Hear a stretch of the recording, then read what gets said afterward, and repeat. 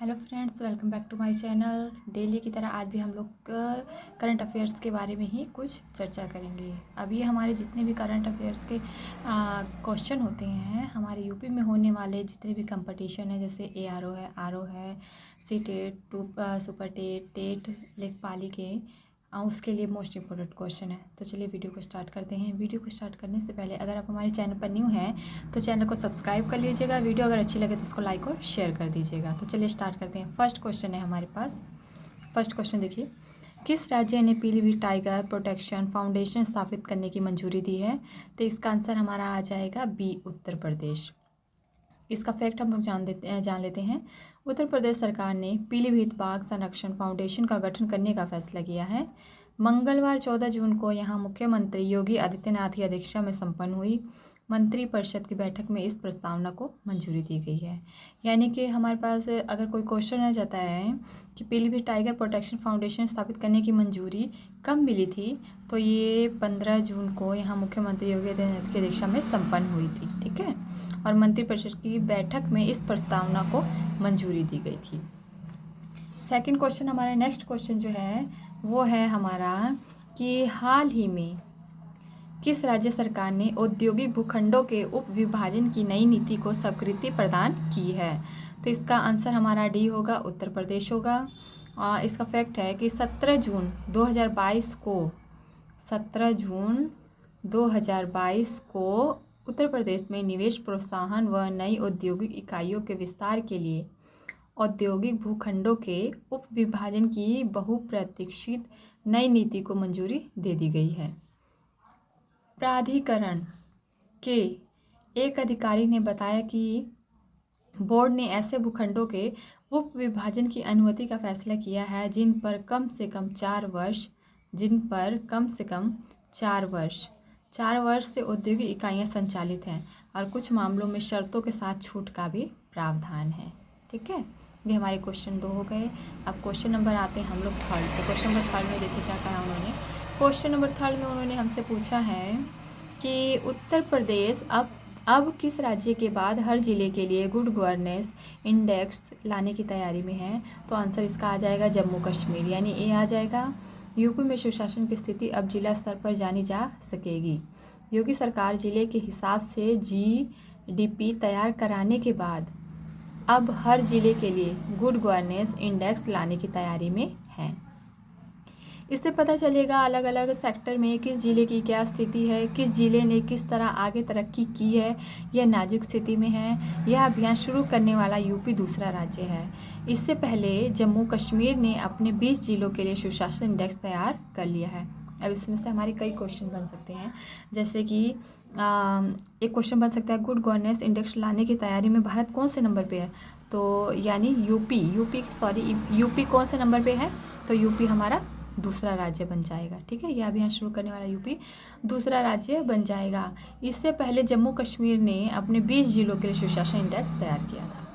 Next question पे आते हैं हम लोग। नेक्स्ट क्वेश्चन है फोर्थ क्वेश्चन में उन्होंने क्वेश्चन किया है और क्वेश्चन कह रहे हैं कि हाईब्रिज बिजली परियोजना शुरू करने वाला भारत का पहला हवाई अड्डा कौन सा है? आंसर है इसका डी, मुंबई हवाई अड्डा। अब इसकी डेफिनेशन जान लेते हैं।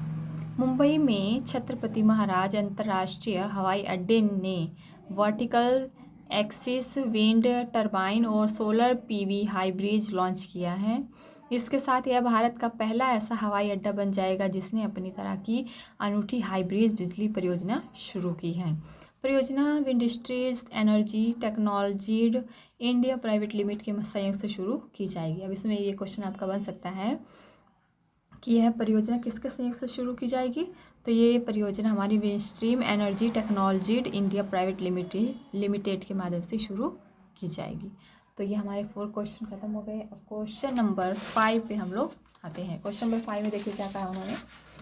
क्वेश्चन नंबर 5 में उन्होंने हमसे क्वेश्चन किया है कि ग्लोबल स्टार्टअप इकोसिस्टम रिपोर्ट में अफोर्डेबल टैलेंट में एशिया में कौन सा राज्य पहले स्थान पर है? तो इसका आंसर हमारा सी होगा, केरल।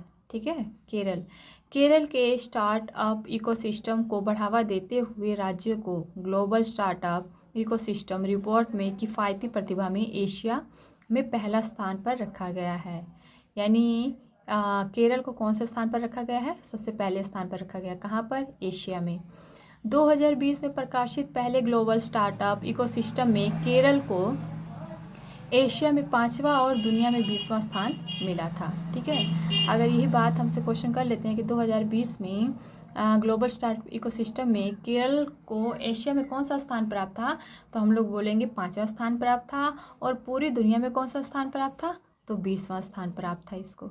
ठीक है, अब क्वेश्चन नंबर 6 पे आते हैं। देखिए क्वेश्चन नंबर 6 है हमारा। क्वेश्चन नंबर 6 में उन्होंने क्वेश्चन किया है और पूछ रहे हैं, बता रहे हैं, हाल ही में केंद्र सरकार द्वारा किस पोर्टल को शुरू किया गया है? हाल ही में केंद्र सरकार द्वारा किस पोर्टल को शुरू किया गया है? तो बी, राष्ट्रीय पुरस्कार पोर्टल। इसकी डेफिनेशन देखिए, खुलेपन और सार्वजनिक भागीदारी को प्रोत्साहित करने के लिए केंद्र सरकार ने राष्ट्रीय पुरस्कार पोर्टल विकसित किया है, जो विभिन्न मंत्रालयों, विभागों और एजेंसियों द्वारा दिए गए कई पुरस्कारों के लिए नामांकन आमंत्रित करता है। पोर्टल का उद्देश्य जनता के लिए भारत सरकार द्वारा दिए जाने वाले विभिन्न पुरस्कारों के लिए लोगों और संगठनों को प्रस्तावित करना आसान बनाना है। यानी इसका उद्देश्य क्या है? इसका उद्देश्य यही है कि जनता के लिए भारत सरकार द्वारा दिए जाने वाले जितने भी पुरस्कार हैं और उसको प्रस्तावित करना आसान है। इन पुरस्कारों में, अब देखिए इन पुरस्कारों में कौन कौन से पुरस्कार सम्मिलित हैं। तो पद्म पुरस्कार, सरदार पटेल राष्ट्रीय एकता पुरस्कार, तेंजिंग नोर्गे राष्ट्रीय साहसिक पुरस्कार, जीवन रक्षा पदक श्रृंखला पुरस्कार और पंडित दीनदयाल उपाध्याय दूरसंचार कौशल उत्कृष्ट पुरस्कार आदि सम्मिलित हैं। तो ये हमारे हो गए क्वेश्चन नंबर 6 क्वेश्चन हो गए।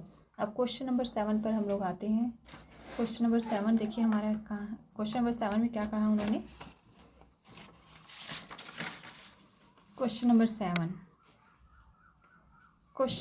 में क्वेश्चन किया है उन्होंने कि भारतीय प्रेस परिषद यानी पीसीआई के अध्यक्ष निम्न में से किसे नियुक्त किया गया है? तो ए आएगा रंजना प्रकाश देसाई।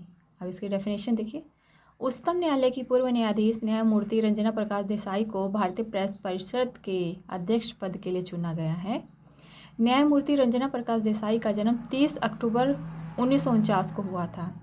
उन्होंने 1970 में एल्फिंस्टन कॉलेज मुंबई से कला में स्नातक और 1973 में गवर्नमेंट लॉ कॉलेज मुंबई में स्नातक की परीक्षा उत्तीर्ण की है। वे सुप्रीम कोर्ट की पूर्व न्यायाधीश रही हैं। अब इसमें आपके 3-4 क्वेश्चन बन सकते हैं। जैसे कि रंजना प्रकाश देसाई पूर्व में क्या रही हैं? तो ये पूर्व में है क्या रही हैं? न्यायाधीश रही हैं। और इनका जन्म कब हुआ था? तो इनका जन्म 30 अक्टूबर 1949 को हुआ था। और एक क्वेश्चन आपका ये भी बन सकता है कि मतलब इन्होंने लॉ कॉलेज मुंबई में स्नातक की परीक्षा उत्तीर्ण की, वो कब की थी? तो 1973 में की थी। ठीक है, अब नेक्स्ट क्वेश्चन हमारा है 8। क्वेश्चन नंबर 8 पे आते हैं। क्वेश्चन नंबर 8 पे देखिए उन्होंने क्या कहा है। कह रहे हैं कि जीएसटी काउंसिल की 47वीं बैठक का आयोजन निम्न में से किस शहर में किया गया है? तो इसका आंसर आएगा सी, श्रीनगर। अब देखिए सी इसकी डेफिनेशन है, वित्त मंत्रालय ने बताया कि काउंसिल की 47वीं बैठक 28-29 जून 2022 को श्रीनगर में होगी। पहली जीएसटी काउंसिल की बैठक अप्रैल के लिए निर्धारित की गई थी, लेकिन वित्त मंत्री निर्मला सीतारमण की व्यवस्था के कारण बैठक को स्थगित करना पड़ा। ठीक है, अब क्वेश्चन नंबर 9 आता है हमारा। क्वेश्चन नंबर 9 में देखिए क्या कहा उन्होंने। क्वेश्चन नंबर 9 में उन्होंने क्वेश्चन किया है, केंद्र सरकार ने अग्निपथ स्कीम की ऊपरी आयु सीमा पहले साल के लिए 21 वर्ष से बढ़ाकर कितने वर्ष कर दी है? तो इसका आंसर बी आएगा, 23 वर्ष कर दी गई है। अब इसका फैक्ट देखिए, केंद्र सरकार ने अग्निपथ स्कीम की ऊपरी आयु सीमा पहले साल के लिए 21 वर्ष से बढ़ाकर 23 वर्ष कर दी है। हालांकि युवाओं को अधिकतम आयु सेवा में 2 साल छूट का फ़ायदा यह केवल पहले साल ही मिलेगा। केंद्र सरकार ने हाल ही में स्पष्टीकरण जारी करते हुए कहा कि 4 साल की योजना के बाद जो अग्निवीर रिटायर हो जाएंगे उन्हें बिजनेस, एजुकेशन और अन्य नौकरियों को आगे बढ़ाने हेतु सरकार की तरफ से सहायता दी जाएगी। अभी देखिए इसमें एक क्वेश्चन ये है कि मतलब साल के 21 वर्ष से बढ़ाकर अब कितने वर्ष कर दिए, तो ये हो गया कि 23 वर्ष कर दी गई है। 23 वर्ष करने के बाद आपका आता है कि मतलब 2 साल की जो छूट दी गई है वो आपको सिर्फ स्टार्टिंग में ही दी गई, उसके बाद नहीं दी गई है। और ये 4 साल के बाद क्या है, रिटायरमेंट ही हो जाएगी। 4 साल के बाद जो रिटायरमेंट ही हो जाएगी, उसके बाद आपको कोई भी बिजनेस, एजुकेशन, अन्य नौकरियों में मतलब आगे बढ़ने के लिए जो भी होगी वो सहायता दी जाएगी। ठीक है, अब हमारा लास्ट क्वेश्चन है क्वेश्चन नंबर 10। क्वेश्चन नंबर 10 पे आते हैं। क्वेश्चन नंबर 10 पे उन्होंने हमसे क्वेश्चन किया है कि केंद्र सरकार मंत्री अश्विनी वैष्णव के मुताबिक भारत में कब तक 5G सेवाएं लॉन्च कर दी जाएंगी। तो इसका आंसर डी हो जाएगा, मार्च 2023। केंद्रीय संचार मंत्री अश्विनी वैष्णव के अनुसार भारत में मार्च 2023 तक 5G सेवाएं लॉन्च कर दी जाएंगी। उन्होंने कहा कि मार्च 2023 तक भारत को 5G सर्विस मिलने लगेगी।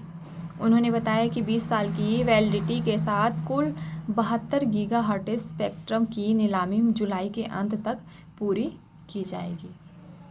ये क्वेश्चन नंबर 10 भी खत्म हो गया आपका। आई होप वीडियो आप लोग को अच्छी लगी होगी। अगर वीडियो अच्छी लगी है तो उसको लाइक और शेयर कर दीजिएगा, और अगर आप हमारे चैनल पर न्यू हैं तो चैनल को सब्सक्राइब कर दीजिएगा।